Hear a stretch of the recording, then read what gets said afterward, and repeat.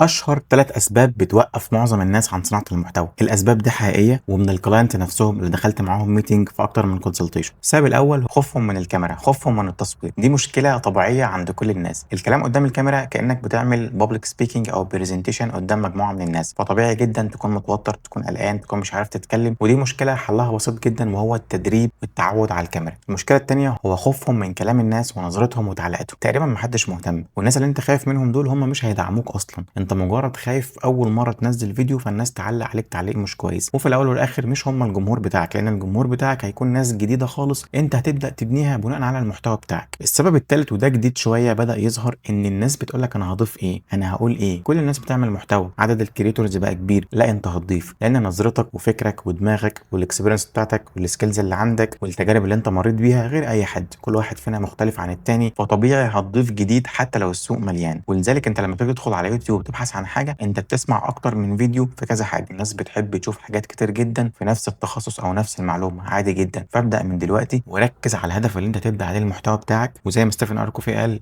ابدا والنهايه في البال. ركز على اللي انت عايز توصل له وابدا اشتغل عليه، وخلي البينيفيت بتاعتك هي اللي بتحركك، مش راي الناس ولا خوفهم. لان كل اللي انت خايف منه ده مجرد خوف نفسي. مع اول فيديوهين او 3 هتحس ان انت ندمت انك ما بداتش من زمان. فابدا واستمر قبل ما تندم.